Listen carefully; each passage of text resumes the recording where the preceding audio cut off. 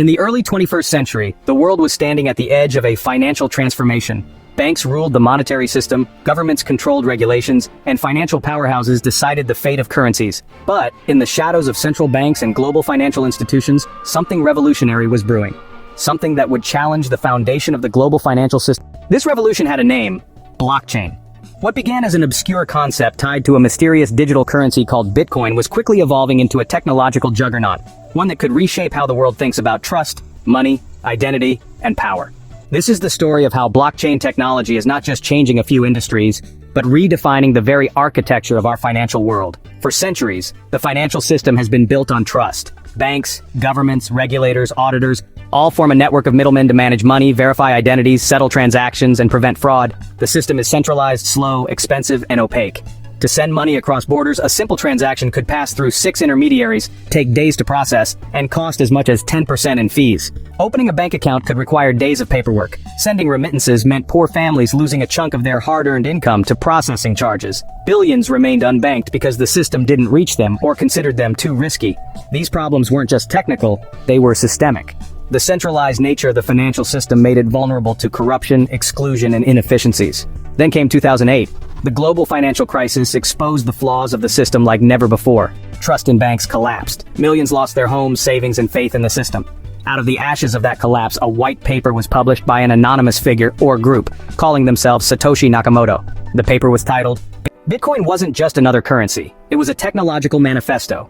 At its core was blockchain, a decentralized ledger that recorded transactions across a network of computers without the need for a central. Every transaction on the blockchain was transparent, immutable, and verifiable by anyone. No central bank, no trusted third party, just code, math, and consensus. Suddenly, money didn't need middlemen. The idea was revolutionary and, honestly, terrifying to those in power.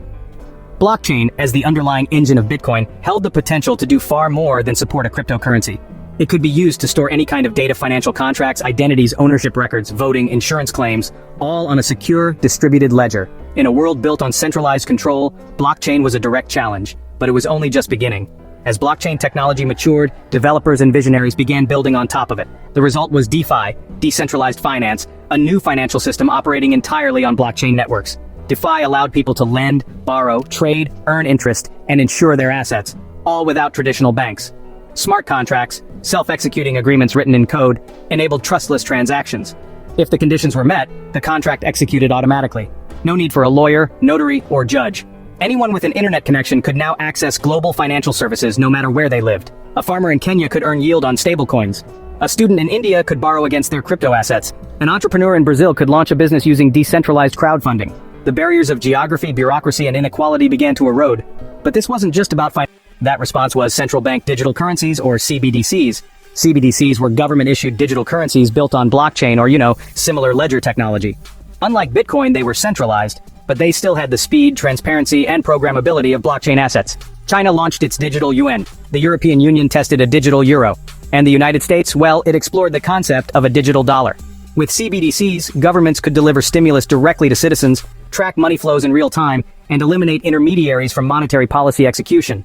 But critics warned of dangers: privacy erosion, government surveillance, and exclusion of the unbanked who lacked digital access.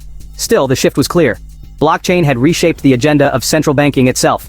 Tokenization of everything. Beyond currencies, blockchain began to digitize real-world assets. This process, known as tokenization, enabled anything of value to be represented as a digital token on a blockchain. Real estate, art, stocks, bonds, even intellectual property, all could be tokenized, divided into fractions, and traded globally. A luxury apartment in London could be owned by 10,000 people. A Picasso painting could be tokenized and sold as shares. A small investor in Indonesia could hold a piece of a Manhattan skyscraper. By removing barriers to ownership, blockchain democratized access to wealth. Liquidity increased. Transparency improved. Middlemen faded. Beyond currencies, blockchain began to digitize real-world assets.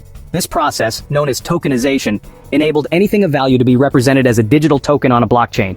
Real estate, art, stocks, bonds, even intellectual property, all could be tokenized, divided into fractions, and traded globally.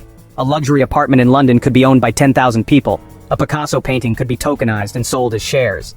A small investor in Indonesia could hold a piece of a Manhattan skyscraper.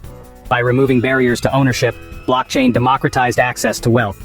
Liquidity increased, transparency improved, middlemen faded. Finance was no longer just numbers. One of the most powerful promises of blockchain lies in its ability to secure identity. In today's world, identity is fragmented.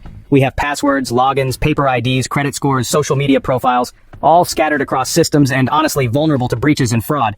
Blockchain offers self-sovereign identity, digital IDs that individuals own and control. No need to store sensitive data on centralized servers. No need to trust third parties. These IDs can be verified cryptographically, protecting against fraud and enabling seamless KYC and AML processes in finance.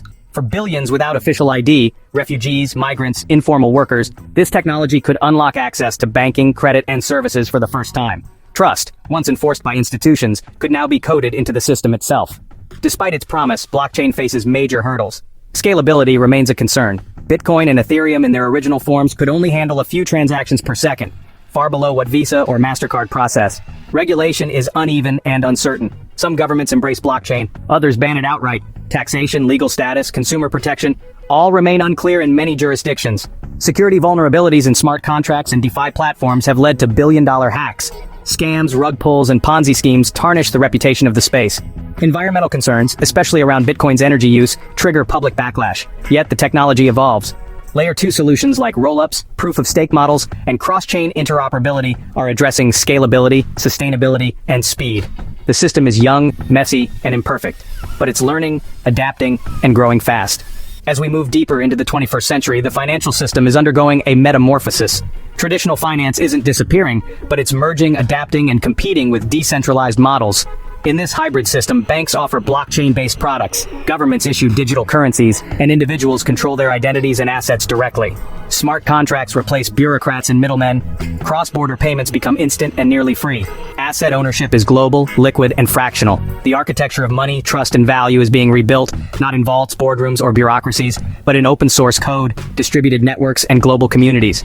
Blockchain is not just a technology, it's a philosophy of transparency, decentralization, and empowerment. The question is no longer whether it will redefine the financial system. It already is. In a world plagued by inequality, inefficiency, and institutional distrust, blockchain emerged as a beacon of possibility. Not perfect, not complete, but powerful. It challenges the way we think about money, about control, about who gets to participate. From the ashes of financial crises, from the frustrations of the unbanked, from the digital dreams of developers across the globe, a new system is rising. It's not being built by any one government, corporation, or institution. It's being built by everyone. Together, the decentralized dawn has arrived.